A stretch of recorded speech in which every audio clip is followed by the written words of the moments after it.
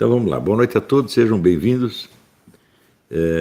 Vocês desculpem por ter começado a aula mais tarde, mas com essa diferença de horário está muito difícil para a gente ir na missa, chegar aqui antes. O que deu para fazer foi ajustar o horário para 9h30. Eu creio que isso vai durar mais 1 ou 2 meses, depois volta ao normal, se a gente não conseguir uma outra solução nesse ínterim. E, aliás, a aula de hoje, ela tem uma diferença das outras aulas. Eu não vou dar aula para vocês, eu vou dar para o pessoal de mídia, jornalistas, repórteres, redatores, diretores de redação, gente de TV, etc, etc. A aula é para eles e, por isso mesmo, ela vai ser disponibilizada para o público em geral. Então, a primeira coisa que eu desejaria observar é que nunca algum órgão de mídia me enviou algum entrevistador que houvesse lido um livro meu. Nenhum, nunca. Ora, é um preceito universal de história das ideias que qualquer opinião que um filósofo emita sobre qualquer acontecimento da atualidade deve ser interpretada em função dos princípios mais fundamentais e permanentes da sua filosofia.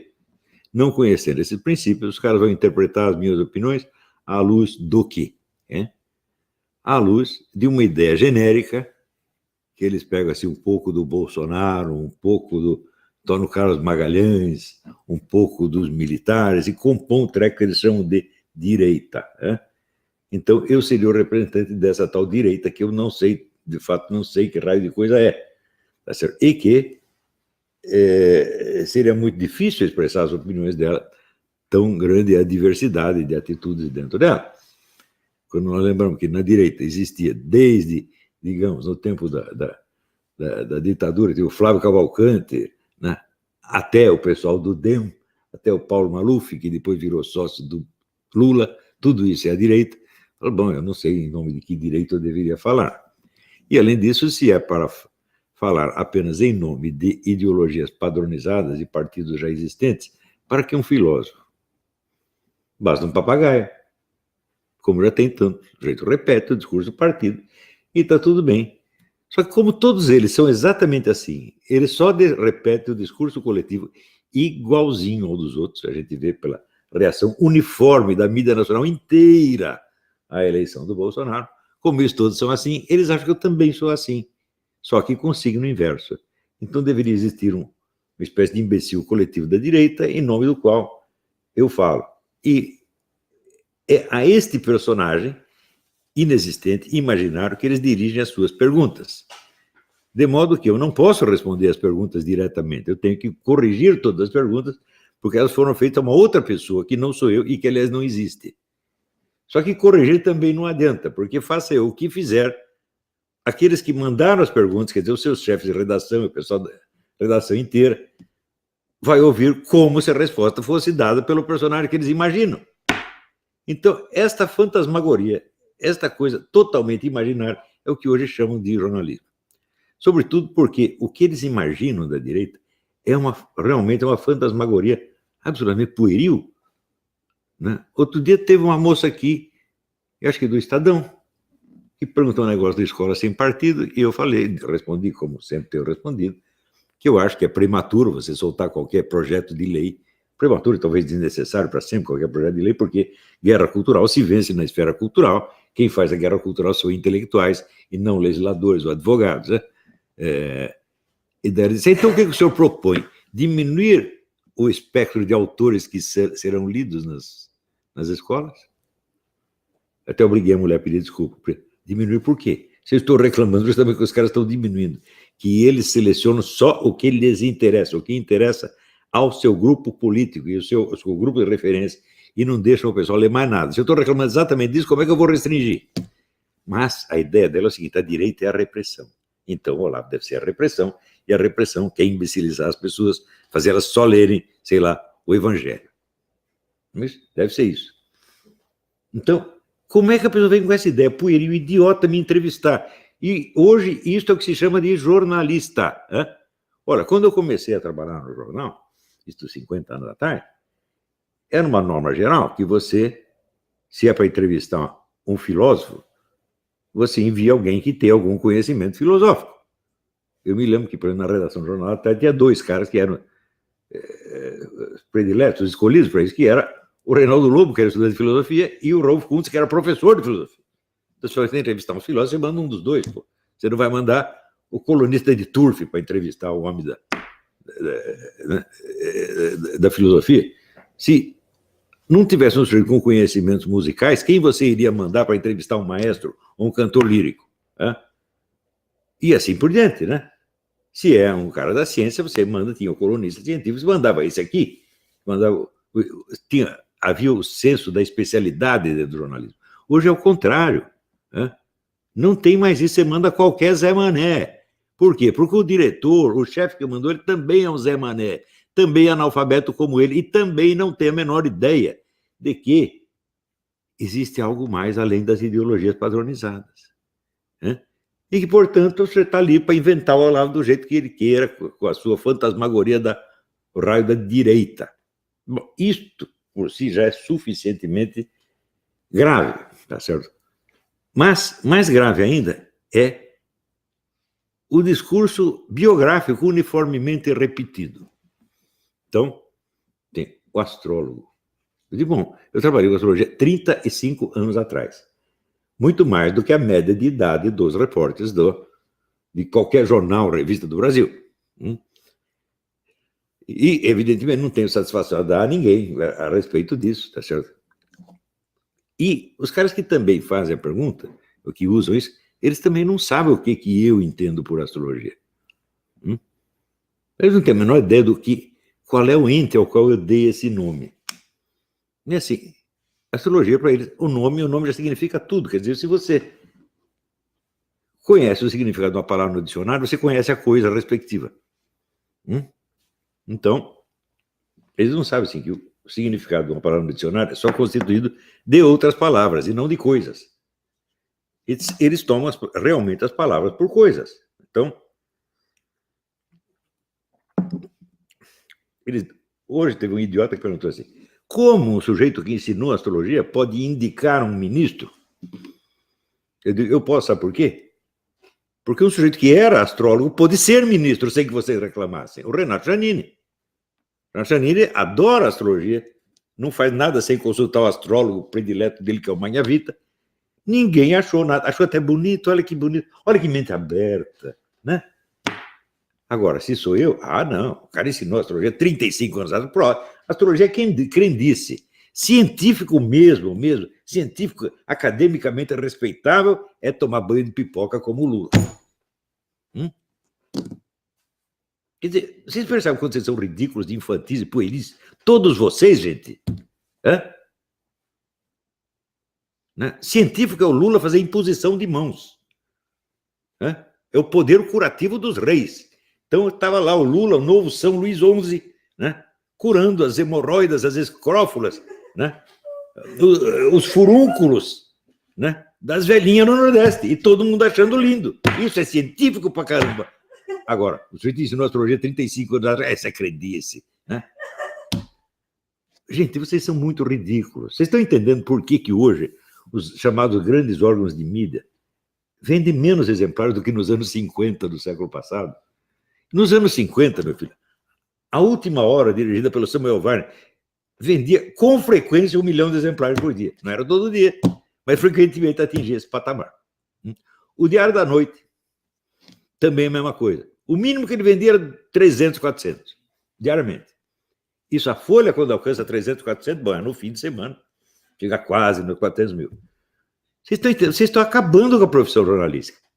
Não é assim que se faz jornalismo, gente. Né?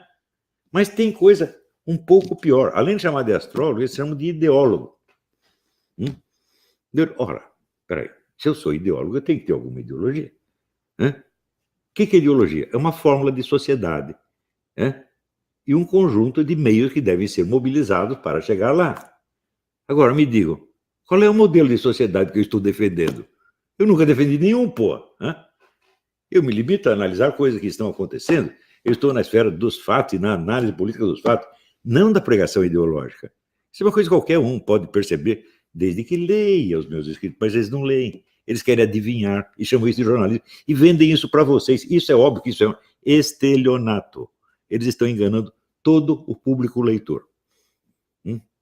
E, porque, veja, eles sabem imitar direitinho o tom da opinião respeitável, do mainstream, o caminho do meio, o equilíbrio. Eles sabem imitar, papagaiar isso aí, você está entendendo? Macaqueio. Mas quando você vai ver, é apenas um bando de fanáticos semi-analfabetos. Não é mais analfabeto funcional, já passou disso aí. Aí é o analfabetismo mesmo. Né? Ora, então, se eu sou ideólogo, uma ideologia, toda ideologia, por definição, é uma doutrina coerente que vai desde os seus princípios gerais até o guiamento nas situações políticas do dia. Tudo coerente. Uma ideologia é muito mais coerente do que qualquer filosofia, porque uma filosofia tem de prestar satisfações à realidade e a ideologia não tem. A ideologia só faz uma maquiagem, tá certo? Para arrebanhar pessoas. A ideologia é um discurso retórico, portanto, é um discurso de persuasão, não de análise. Ele pode maquiar, às vezes, uma análise, mas é só para fins de persuasão. Portanto, a ideologia tem não só a coerência doutrinal, mas ela tem a coerência da teoria e da prática. Ela dá indicações práticas de como chegar onde ela quer. Né? Tem que fazer isso, mais isso, mais isso, mais isso. Cadê? Aonde que eu escrevi isso? Uma vez eu, por brincadeira, escrevi um artigo chamado Fórmula da Minha Composição Ideológica, né? Onde eu mostrei, havia tantos elementos heterogêneos ali que não podia sair ideologia nenhuma, porra. Né?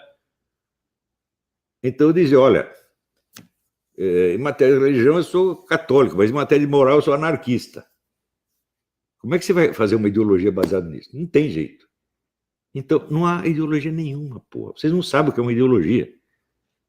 Por isso que eu falo para vocês, uma ideologia é um discurso muito mais coerente do que qualquer filosofia. Eles, o que você está falando? Eles não conhecem ideologia nenhuma. A ideologia que eles mais costumam mencionar é o fascismo. Bom, alguns me chamavam de fascismo, mas agora não estão chamando mais, já desistiram. Eles não têm a menor ideia do que é fascismo. Então, outro dia mesmo eu comentei, por volta de 1910, o cara que viria a ser o primeiro teórico fascista, Enrico Corradini, que era um sujeito de formação marxista, que vinha do sindicalismo revolucionário, tentou convencer os seus colegas sindicalistas de que a classe social não podia ser um sujeito da ação histórica em escala internacional. Coisa, aliás, que depois que você lê, você percebe que é óbvia. Porque não existe um proletariado internacional. Só existe proletariado no quadro de cada nação. Não é isso? O fato de você ser um proletariado nessa nação não quer dizer que você seja um proletariado na outra nação. Então, o proletariado só existe em função do quadro social nacional. E ele não existe fora dali. Nunca existiu o proletariado internacional. E, inversamente, uma burguesia internacional existe. Por quê? Porque a burguesia investe em tudo quanto é lugar. E, como já disse o próprio Karl Marx, o capital não tem pátria. Então, o capital não tem pátria, mas o proletariado tem. Você veja, quando houve a Guerra de 14, os comunistas levaram um baita de um susto, porque eles acreditavam que o proletariado internacional, fosse lá o que fosse, ia se voltar contra os seus patrões e seus governantes burgueses e lutar contra a guerra, e lutar no fronte pacifista. E o que aconteceu? Exatamente o contrário. Nenhuma classe social teve tanto entusiasmo belicoso na guerra quanto o proletariado. Os comunistas ficaram tudo... Eles nos traíram, eles nos abandonaram. Começaram toda a choradeira. Só que o Enrico Corradini já tinha avisado 4 anos antes. Não existe proletariado internacional.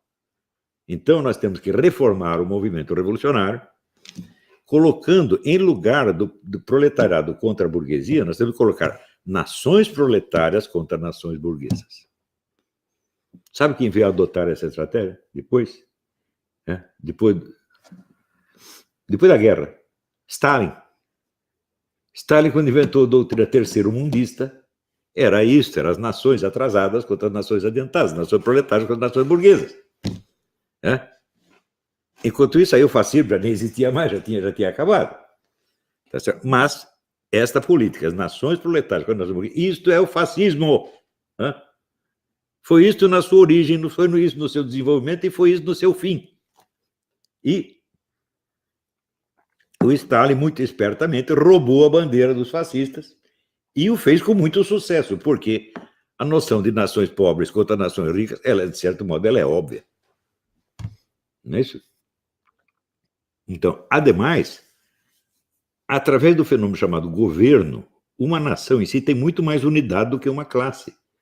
Uma classe social não tem unidade nenhuma. Você precisaria organizar o proletariado. Você tem que fazer os comitês de fábrica, juntar, vota, elege o representante aqui elege o representante municipal, daí vai para o representante estadual. É um negócio complicado para caramba. Você tem que criar uma espécie de estrutura governamental dentro da classe para que ela tenha uma unidade de ação. Ora, essa unidade as nações já têm prontas há quanto tempo? Elas têm um governo.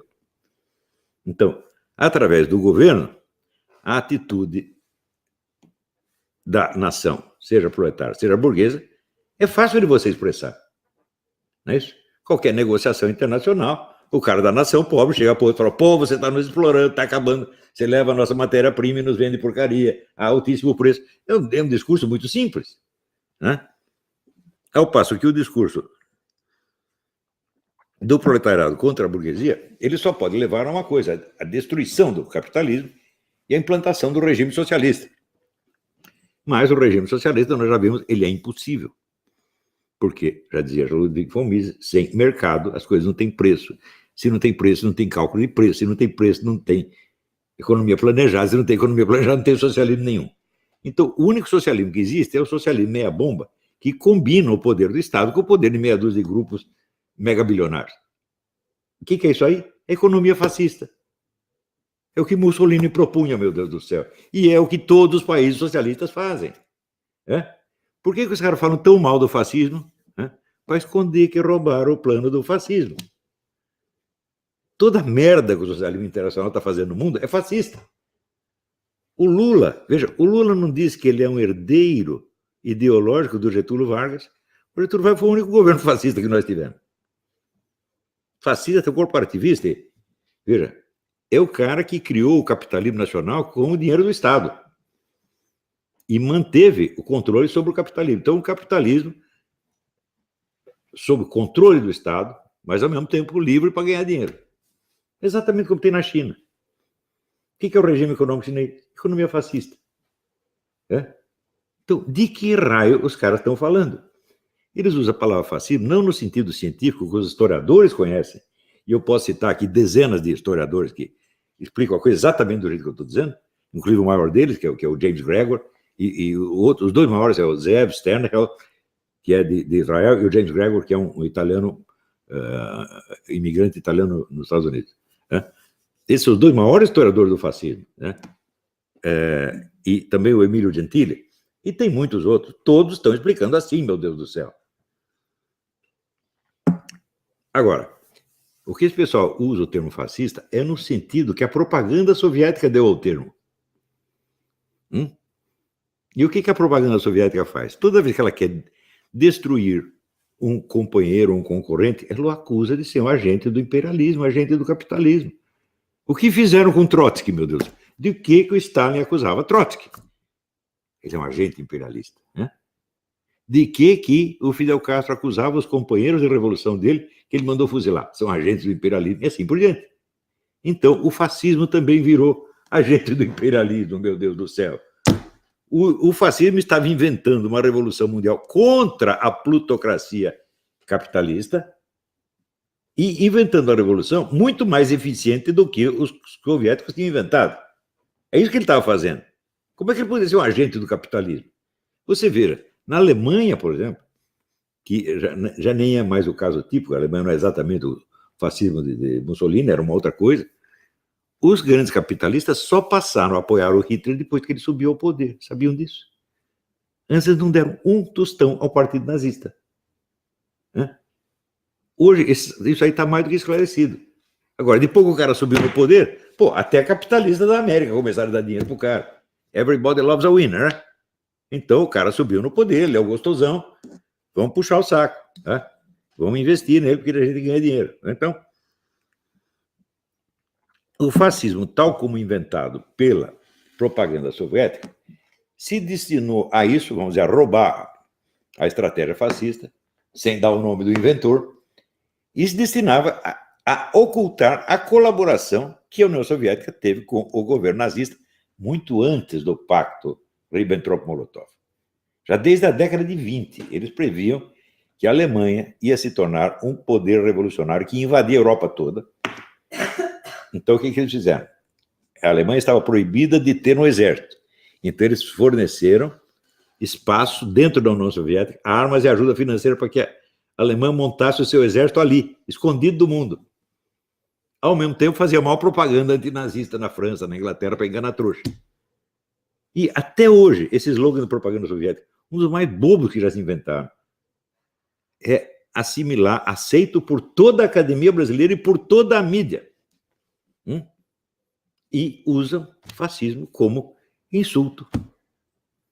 Para falar justamente de pessoas que estão falando contra tudo isso. O que você acha da teoria de nações proletárias contra nações burguesas? Eu acho um crime. Eu acho uma loucura e um crime. Tanto que, do que deu isso? Deu uma guerra mundial, porra. Você acha que eu vou achar linda essa doutrina? Então, seja na boca do Mussolini, seja na boca do Stalin, essa é uma das ideias mais criminosas que alguém já teve. Você jogar nações contra nações, o que acontece? Guerra, porra. Não precisa ser muito esperto para entender isso. Então, veja, quando houve, né, o massacre em Ruanda, a conversa era a mesma. Né? Você tem as tribos são nações, então você tem a nação rica e a nação pobre. A nação rica está oprimindo a pobre, então os pobres têm que ir lá matar os ricos. Isso foi o genocídio de Ruanda. Então, jogar nações contra nações, ou tribos contra tribos, é provocar guerra. Né? Então, nenhuma pessoa decente pode ser a favor disso. Mesmo que um país esteja na maior pindaíba, né? Você não pode sugerir que o seu país se levante com um discurso bélico contra o país mais rico. Você não pode fazer isso. Né? Isso aí você está instigando guerra mesmo. Ou guerra civil, ou guerra no sentido estrito. Né? Então, os caras que pregam isso são genocidas. E o camarada que usa fascismo como rótulo de direitismo, ele está facilitando o trabalho do genocídio, meu Deus do céu. Só que não sabe. Né? Mas eu consigo que os jornalistas brasileiros são como o Johnny English, né? Personagem do Rowan Atkinson. Né? Ele não sabe o que é o medo, ele não sabe o que é o perigo, ele não sabe nada. Os caras são assim. Eu desafio qualquer chefe de redação a discutir qualquer desses assuntos comigo. Todos os intelectuais e professores de esquerda que vieram discutir comigo saíram de 4 chamando mamãe. Né? Paulo Café, Leandro Conder, Carlos Delcio Coutinho. Né? Aquele pessoal do tempo do imbecil coletivo, saiu todo mundo rastejando, né? Chamando mamãe, pedindo chupeta, porra. Por quê? Porque não sabem nada. Não são intelectuais, não são professores, são vigaristas. São farsantes. Eles têm a pose apenas. Baseado no quê? No apoio do grupo. Então, hoje mesmo eu escrevi: o vigor intelectual de um país depende de que a liderança intelectual esteja na mão dos melhores e mais capacitados. Não de grupos de incapazes que se apoiam uns aos outros. Né? E que se reúnem para falar mal do melhor. Né? E este negócio, esta tendência sempre existiu no Brasil. Juntar os medíocres contra o melhor. Às vezes consegue massacrar o cara. Por exemplo, Lima Barreto, os caras conseguiram massacrar. Né? Juntar aquele bando de Zé Mané. Né? Ele é um bêbado, ele só vive nos puteiros.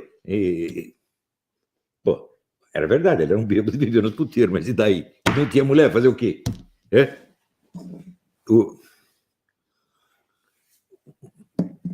O João do Rio, que era um escritor excelente, né? Ele é viado, eu vi ele entrando no motel com o homem. É verdade, fez isso, mas ele não está pedindo para eu comer, ele está pedindo para eu ler o livro dele, porra. Então, era assim, a massa dos medíocres juntava para danar a reputação dos melhores. Isso sempre aconteceu. Né? Aconteceu com o Zé Guilherme Melchior. Os caras criticavam o Zé Guilherme Melchior de citar muitas fontes. Ora, mas isso não é obrigação número 1 do scholar, do erudito? Citar todas as suas fontes? Só que os caras não sabem. Eles usavam a expressão terrorismo. É terrorismo da erudição. Terrorismo porque aterroriza você, mas nenhum estudante europeu jamais achou que citar fontes é terrorismo. Citar fontes é obrigação, é a pesquisa, meu Deus do céu. Agora, por aí você vê que não são pessoas acostumadas à vida acadêmica, e são professores. Uma vez perguntaram para o Otto Maria Carpo, né? Você faz fichamento dos livros? O Otto Maria Carpo olhou para ele com uma cara de desprezo, assim, e falou, você não sabe o que é educação europeia, sabe? Fichamento de livro é coisa da USP, gente. É? Não se faz isso. Você lê o livro inteiro e guarda na memória. É? Pois eu estou aí, o episódio do Wegelin, que deu mau expor na aluna, porque ela não tinha lido o prefácio do livro. Ah, achei que não precisava. Então você vai e começa a ler tudo de novo desde o prefácio. Então, um dos homens mais eruditos que eu conheci, que era o Inácio da Silva Teles, nunca fichou um livro. Tinha uma imensa biblioteca. E dizia, por que eu vou fichar? Se já está tudo fichado nas partes do livro. Isso aqui é o meu arquivo, porra. É o óbvio. Então você tem que ter uma biblioteca pessoal, você tem que saber consultar a biblioteca. Eu odeio bibliotecas públicas, eu não posso fumar lá. Eu detesto estudar sem fumar. Então fiz uma biblioteca gigantesca, que o que eu tenho aqui, eu já desfiz umas 4 bibliotecas desse tamanho. Não dá para carregar tudo. Então, me sobrou uns 10 mil volumes. Então, eu tenho o meu próprio material de pesquisa em casa, sem contar os documentos que eu xeroquei, tenho aí arquivado de monte. Né? E é isso que eu estudo. Agora eu vou ficar fichando o livro. Né? Fichar um livro para guardar na memória. Eu digo, meu Deus do céu, mas quando você lê um livro com verdadeiro interesse, você não guarda na memória? Né? Tem livro que você lê e esquece na hora. Não é isso? O livro do Leonardo Boff, eu desafio todo mundo. Né? Leonardo Boff, autor de grande sucesso, desafio todos esses caras. Me cite o título de um livro do Leonardo Boff.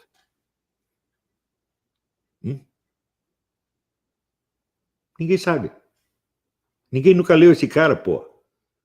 É tudo fama feita por gente de mídia que também não leu.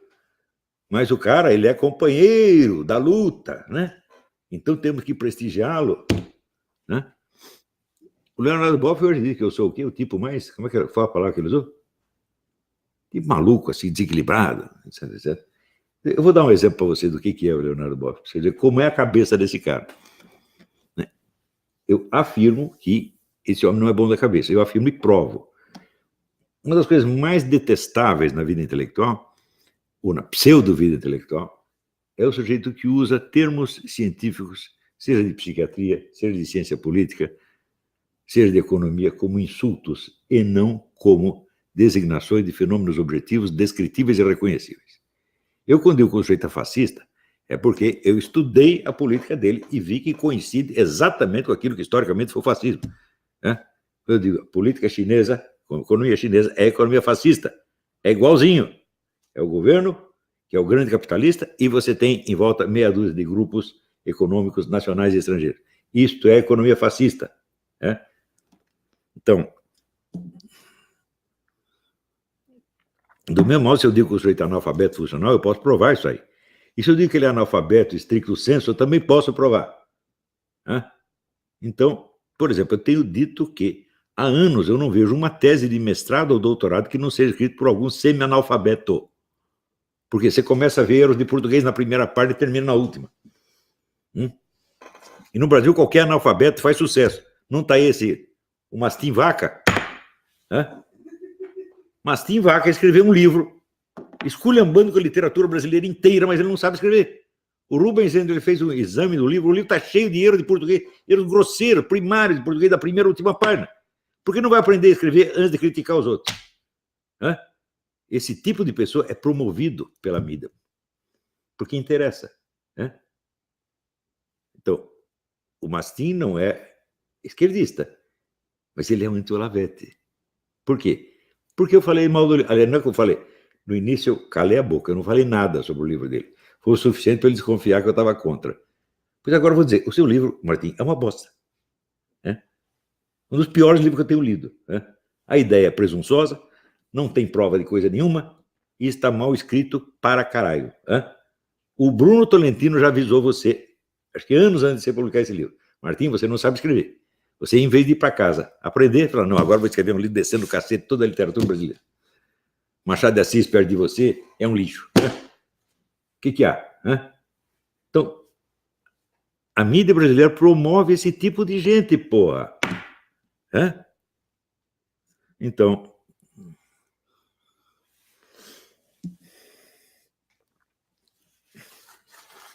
com base nisso, nós temos que perguntar onde começou isso aí. Deu muito bem. Começou da seguinte maneira: quando o Partido Comunista começou a adotar a estratégia do Antônio Gramsci, que é a da ocupação de espaço e revolução cultural, ele dirigiu todo o esforço da intelectualidade para formar o quê? O intelectual coletivo. O intelectual coletivo é o próprio partido. Ninguém ali pensa, só o partido pensa. Né? Então, a atividade intelectual consiste em você ser a voz do partido. E a voz do partido, evidentemente, é uma só para todos. Então, uniformizou tudo. Então, aí quem podia subir na vida intelectual? Só os mais medíocres que repetiam o discurso coletivo, porque não tinha nenhum discurso pessoal. Daí eles começam a jogar fora os homens de verdadeiro talento, e isso acaba com a vida intelectual no país. Acabou, gente. Hein? Se você vê assim, os escritores que tinha no Brasil nos anos, até os anos 50, 60, nossa, era uma grandeza, dentro da própria esquerda. Hein? Depois acabou. Acabou por quê? Por causa disto. E no jornalismo, as pessoas de maior talento foram sempre sendo jogadas no lixo. Para favorecer a ascensão de tipos como esse André Petrificado, né? Que é o cérebro petrificado, que está lá para servir o partido. Né? Ora, com esta mentalidade, o que aconteceu? 20 anos atrás eu escrevi que o PT e a esquerda nacional, de modo geral, não estava preparada para o rodízio democrático de partidos no poder. Que eles queriam conquistar o poder para mantê-lo para sempre. E que isso não era normal. Isso não, qualquer país onde isso acontecesse seria chamado imediatamente de ditadura, não de democracia. Mas que o ideal de democracia da esquerda brasileira era isso. Tomamos o poder, não saímos mais de lá. 2 vezes o Lula celebrou o fato de que os candidatos à presidência eram todos esquerdistas. Ele disse, olha que maravilha da democracia. Portanto, era natural neles pensar assim. Ora, hoje eu vejo que esse estado de espírito não é só da esquerda brasileira, é da mídia inteira. Né? Veja, a mídia inteira ficou chocada, traumatizada pela eleição de um governo de direita. Então, o caso de perguntar, não pode ter um governo de direita, não? Não existe mais rodízio democrático? A democracia mudou? Antes da democracia era o rodízio. Como é aqui nos Estados Unidos? Tem o republicano, tem o democrata. Na Inglaterra tem o trabalhista, tem o conservador. Todo lugar é assim. Né? Às vezes sobe um, às vezes sobe o outro.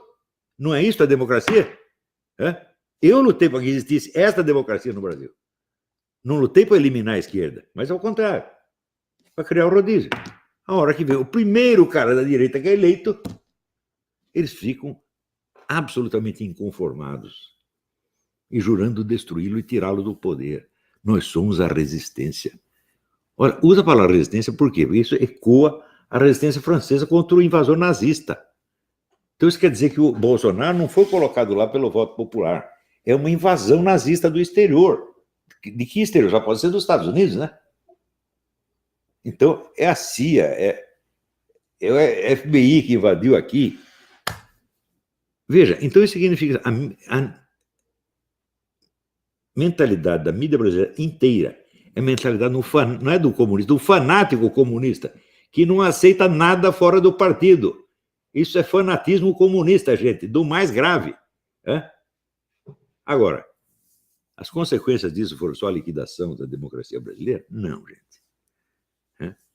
Veja, quando, em 1990, Lula, Frei Beto e Fidel Castro formaram o Foro de São Paulo para ser a coordenação estratégica do movimento comunista no continente, o Foro logo chegou a ter mais de uma centena de organizações membros. Quase 2 centenas. Que eram partidos políticos e, ao mesmo tempo, organizações ostensivamente criminosas, como as Farc, que tinham praticamente o monopólio da venda de drogas, de venda de cocaína no Brasil, o MIR chileno, né, que era especialista em sequestros, e outras organizações desse tipo. A parceria entre as organizações de esquerda no Brasil, os partidos de esquerda e as Farc, é um negócio óbvio e patente, porque o PT presidia as assembleias do foro junto com a Farc. Era Lula ao lado do Manuel Marulanda, que era o comandante das Farc. Portanto, alguma vantagem mútua existia. Só que, enquanto isso, a Farc estava comprando armas do Fernandinho Beiramar, que as trazia do Líbano, para trocar por 200 toneladas de cocaína por ano para o mercado brasileiro. Então, um partido que se associa a isto, ele é ou não é uma organização criminosa? Só que foi só o PT que cometeu esse crime. Veja, 200 toneladas de cocaína são muitas mortes, gente. Muitas vidas destruídas. É uma coisa absolutamente inumana, cruel. Coisa de assassinos e genocidas. Você vê que na Colômbia, as Farc são odiadas. Se conseguirem encostar a Farc lá num cantinho do território, não quero nem ouvir falar dela. A Farc chegou a ter, acho que, 3% de apoio do eleitorado. 3% foi o máximo. Então, eu estive lá várias vezes, senti o ódio popular nas Farc. Enquanto isso, aqui está o PT, afagando a cabeça das Farc, dando emprego para a gente das Farc, que vinha parar aqui. E a mídia fazia o quê? Veja, o Lula, no 15º aniversário do Foro de São Paulo, fez um discurso dizendo que, para aquela entidade progredir, era preciso que ele, Hugo Chávez, o pessoal de Cuba, o pessoal guerrilheiro da Nicarágua, pudessem conversar sem que ninguém soubesse do que estávamos falando. Portanto, para aquilo progredir, havia necessidade do segredo. Ora, a mídia inteira forneceu esse segredo. Encobriu e negou a existência do Foro de São Paulo por 16 anos. Isso é o maior estelionato jornalístico da história nacional. Um dos maiores da história do mundo. Acobertando entidades que, enquanto isso, estavam tramando a ascensão ao poder junto com organizações criminosas, que estavam matando brasileiros a granel através da cocaína. Quem fez isso? A mídia. Vocês, gente. Você, turminha do Globo, você, turminha da Folha, vocês fizeram isso. Então, vocês são cúmplices da morte de milhares ou milhões de brasileiros com a coca. Cúmplices do narcotráfico. Cúmplices da maior trama criminosa que já houve no Brasil, perto da qual o Petrolão e o Mensalão são brincadeira de criança. Vocês nunca pararam para pensar nisso? Não, vocês não pensam, vocês não têm consciência, meu Deus do céu. Vocês são todas pessoas infantis, pueris, colocadas em postos de gente grande, com poder na mão. Ora, o povo já sentiu isso e já parou de prestar atenção em vocês. O povo brasileiro vomita para a mídia, vomita para a Folha de São Paulo, vomita para o Globo. Ninguém quer saber dessa porcaria. Fala, eu tenho mais leitores do que vocês, tenho mais leitores do que qualquer órgão da chamada grande mídia. E eles estão prestando atenção em mim, por quê? Porque eu não estou mentindo para eles. Eu não estou me enchendo de dinheiro na base do apoio que eu dou a partidos comunistas de narcotráfico. Não faço isso. Vocês fazem. Sem contar todos aqueles órgãos que, não sendo capazes de ter leitores, inventam um jeito de vender a sua produção para o governo distribuir para os outros, e forçar a propaganda. Por exemplo, a revista Sala de Aula e Nova Escola, da Fundação Vidro Chívida, que introduziu no Brasil Emília Ferreiro, Vygotsky, tudo quanto é princípio de educação errada, sócio-construtivismo, que estupidificou gerações de brasileiros. Eles ganhavam dinheiro vendendo isso para o governo. O governo comprava e distribuía para fazer a cabeça dos professores. Achava naturalmente lindo. Olha aqui, deu na revista Nova Escola, na revista Sala de Aula. Vygotsky, nós temos que aplicar isso aqui. E os efeitos das crianças? Como é que as crianças foram analfabetizadas assim, em massa? Por essa gente. Com a ajuda da mídia. Fundação Vitor Chívida. Agora tem a Carta Educação, que é a mesma coisa. Esse Mino Carta, ele não sabe obter leitores, ele não tem credibilidade. Então, o que ele faz? Faz uma revistinha de merda para vender para o governo. O governo, como é petista, que é o apoio dele, compra e distribui para professor. Então, além de viver do apoio dado ao movimento comunista, que é tradicionalmente genocida e assassino, e apoio dado à organização de narcotraficantes que trabalham junto com os comunistas, o jornalismo ainda se prevalece desse desvio de dinheiro.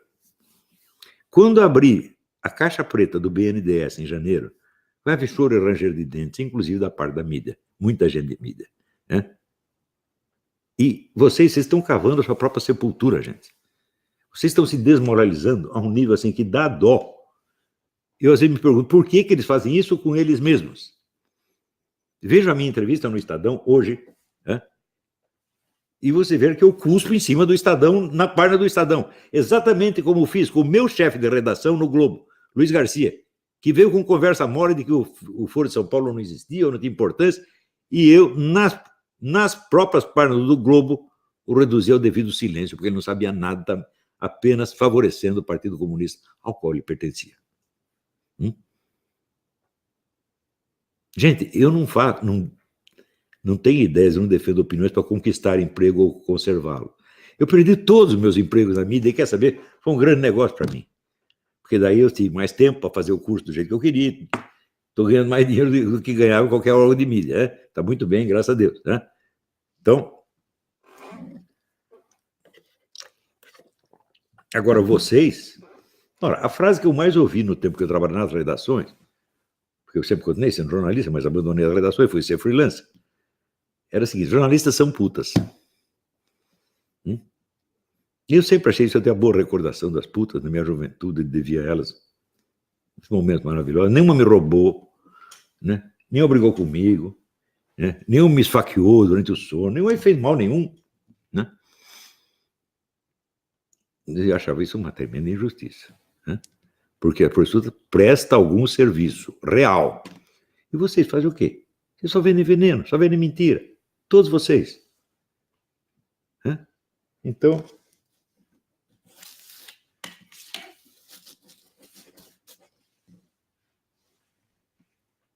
Pensem bem no que vocês têm feito.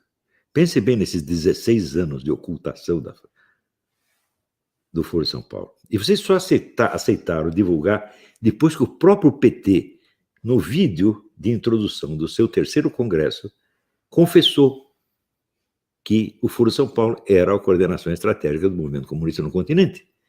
Coisas que, quando começou a vazar a notícia, todo mundo negava. Na parte do Globo, Luiz Garcia, depois o cara que era diretor de Relações Internacionais do PT, Giancarlo Summa, escreveu: não, o Foro de São Paulo não é nada disso, é apenas um clube de debates. Assim, gente. Eu disse: olha, você já viu o clube de debate emitir no final emitir resoluções que têm que ser assinadas por todos os membros? Daí veio o próprio PT e confessou: não é um clube de debate, é a coordenação estratégica do movimento comunista do continente. Só faltou dizer, como dizia o Olavo. Olavo tem razão. Só faltou dizer isso. Né?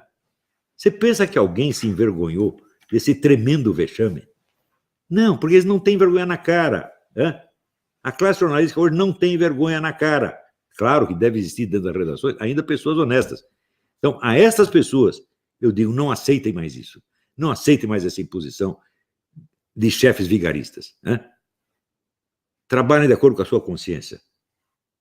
Nós nem sempre sabemos o que é certo, mas nós temos a obrigação de buscar. Tá bem? É isso aí. Hoje não tem pergunta e resposta. Até a semana que vem. Muito obrigado. Semana que vem vai ser às 9h30 também. Desculpe.